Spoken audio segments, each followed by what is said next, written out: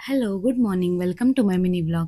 कधी-कधी स्वतःलाच प्रश्न पडतो, मी कधी एवढी मोठी झाले यार? डोळे उघडायच्या आधीच डोक्यात एक यादी सुरू होते. डब्बा, स्वयंपाक, घर, काम आणि सगळ्यात शेवटी मी. सगळे म्हणतात आई होणं खूप सुंदर असतं. हो, नक्कीच असतं. पण ते किती थकवणारं असतं हे कोणीच सांगत नाही.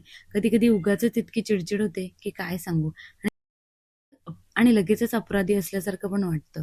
पण मनात एकच प्रश्न येतो, मी खरंच एक चांगली आई आहे का? आणि एक चांगली आई होण्यासाठी काय-काय केलं पाहिजे? असं सगळं चक्र सुरू होतं.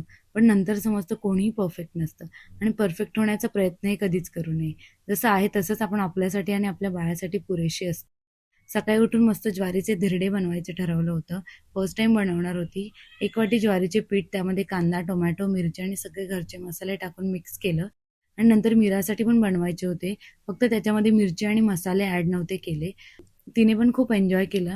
आम्ही पण आमचा नाश्ता करून घेतला. नंतर आम्ही फिश मार्केटमध्ये गेलो. मस्त फिश घेतले आणि घरी आलो. जेवण वगैरे बनवून घेतलं आणि असा होता माझा दिवस. थँक यू फॉर वॉचिंग आणि फॉलो करायला विसरू नका. Bye bye.